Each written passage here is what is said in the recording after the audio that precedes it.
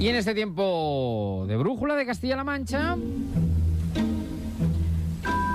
ya saben que los martes reservamos un tiempo para la psicología, para la sexología, con nuestra psicóloga clínica Ana María Ángel Esteban. Y hoy con un tema muy interesante, sobre todo para los que somos padres, porque tenemos niños, pero llega un punto en el que los niños dejan de ser niños, se convierten en adolescentes. ¿Y cuándo, cómo, por qué y de qué manera les hablamos de sexo? Soul sisters, let me hear your flow, sisters. Hey, sister, go, sister, soul, sister, flow, sister. Pues la sexualidad entre padres e hijos. Ana María Ángel Esteban, ¿qué tal? Muy buenas tardes. Buenas tardes, Javier. ¿Cómo te va la vida? Bien, bien. Bien, bien. Bueno, es un tema, yo creo que esto es un tema de toda la vida que siempre ha sido complicado y espinoso, ¿no? ¿Cuándo hablamos los padres a los hijos de sexualidad? Es un tema muy importante y bastante denso, bastante largo. Y fíjate, había decidido yo este tema por la polémica que existe últimamente en hablar de educar a los hijos en la sexualidad y tal. Y bueno, yo paso de entrar en el que yo tengo mis propias ideas, por supuesto, pero me voy a referir sobre todo a la educación sexual, sobre la sexualidad en casa con los padres. Entonces, la educación sexual, realmente, cuando tú decías tenemos hijos que se van haciendo mayores y son adolescentes, es verdad. Realmente la educación sexual dura toda la vida, desde que somos pequeñitos hasta la edad adulta, porque es cierto que todavía cuando yo estoy en la consulta vienen, independientemente de parejas que no saben cómo tener relaciones sexuales bien, entre comillas, pues también existen personas que no saben dónde están los límites a tener en cuenta, tanto puedan tener parejas esporádicas, y no me refiero a sexo, sino ya relaciones interpersonales en las que pueda haber sexo. Entonces hay personas que vienen también queriendo saber cuál es el límite, cuáles son sus límites emocionales con las demás personas, en qué se traduce el respeto, que le tienen que tener a uno o a una misma, en qué se traduce. Entonces, fíjate si no hay educación o si no hay formación a este nivel, que son muy importantes las matemáticas, la lengua, muy bien, pero es que esto luego crea tantos traumas, tantos problemas psicológicos a nivel personal, a nivel de pareja, tantas dependencias emocionales, tantas sumisiones, o sea, es que parece que es una tontería, pero luego tiene una repercusión psicológicamente durante toda la vida. Claro. Entonces, ya desde pequeñitos, bueno, lo más importante, tengo que incidir en que la educación en sexualidad no tiene nada que ver, o no tiene solo que ver con sexo, es con lo que menos tiene que ver. Sexo, podríamos asimilarlo o traducirlo en copular, pero el sexo en una pareja, bueno, eso a nivel animal de instintos, pero en una pareja, en dos personas, tiene que ir acompañado de emoción y de sentimientos. Entonces, la educación en sexualidad es mucho más que tener relaciones sexuales. Es enseñar en relaciones interpersonales, es enseñar en afecto, es enseñar en tener un concepto de identidad, es enseñar en la responsabilidad de cómo tratarte, respetarte y al otro. Muy importante. Entonces, no es solo sexo, es un compendio de valores. Claro, sí, que tiene que ver sobre todo con lo psicológico y con la formación de la persona. Entonces, por ejemplo, cuando yo estaba diciendo lo de la educación en casa, la comunicación, al igual que siempre insisto en las parejas, con los hijos, en este momento muy importante. Debe intentar mantenerse conversaciones de cualquier tema desde que son muy pequeñitos. Se les debe dar la oportunidad de que puedan preguntar lo que quieran sobre lo que quieran, porque eso va a establecer ya una relación de confianza con los padres. ¿Quién mejor que los padres para decirte, aconsejarte, aunque bueno, nunca lo ves cuando eres más jovencito, para aconsejarte sobre lo que podría ser mejor desde el punto de vista de los padres? Luego, según vas creciendo, tú vas tomando tus propias decisiones, evidentemente. Claro, tu propia autonomía en cuanto a pensamientos, pero debería haber una comunicación abierta en la que no se no se prohibiese de alguna manera, implícitamente también, los temas relacionados con la sexualidad. Sí, que no haya temas tabú, vamos, que no sea tabú. Efectivamente, ahí va, Javier, porque en cuanto que una conversación del tipo que sea empieza a evitarse o empieza a cambiarse de tema o empiezas a cambiar ya la conviertes en un tema tabú. Con lo cual, los niños siempre los niños y los adolescentes van a tener curiosidad sobre ese tema.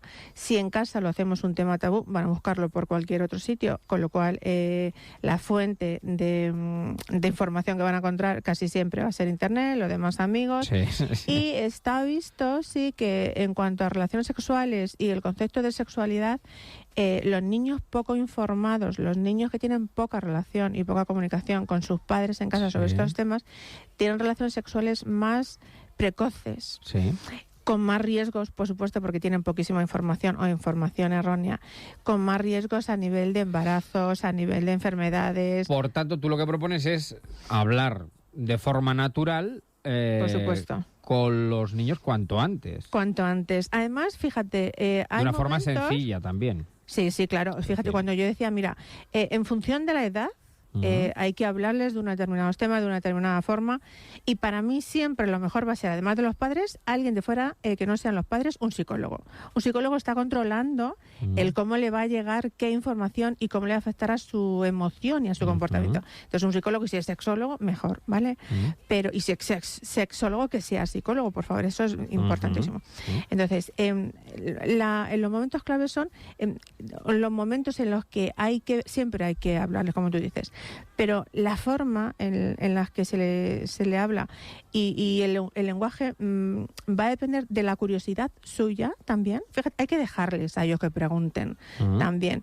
Hay que investigar un poco para saber qué cosas ya saben ellos y de qué manera las saben.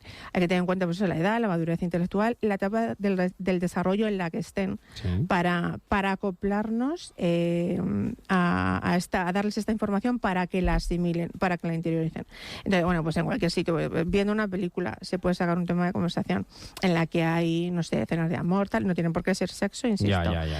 Cuando el niño está en la bañera. Fíjate, yo también estaba, cuando tú dices que había que llamar las cosas por su nombre y un lenguaje directo, eso es muy importante, sobre todo en las primeras etapas psicológicas, en los primeros meses 18, a partir de los 18 meses o así, que ya hay una capacidad para entender. Lo de hablarles a los niños de las zonas anatómicas que podemos ver como vamos a cambiarle de nombre, sí, el pepito, el no sé qué, no, o sea, es el pene y la vagina. Sí. Y sí que, por ejemplo, en este momento en los que de 18 a 3 añitos ya he hecho aquí una diferenciación, pues eso, hay que enseñarle los nombres reales. No hay que... Bueno, eso ya cuando sea mayor, después lo digo. Las zonas privadas hay que enseñárselas también en este momento. Las zonas privadas son las que normalmente van tapadas, pues no sé, por el bikini, la ropa interior y tal. Y hay que hacerles ver, o hay que decirles, insistirles, en que esas zonas no las va a tocar nadie. No deben dejar a nadie que las toquen.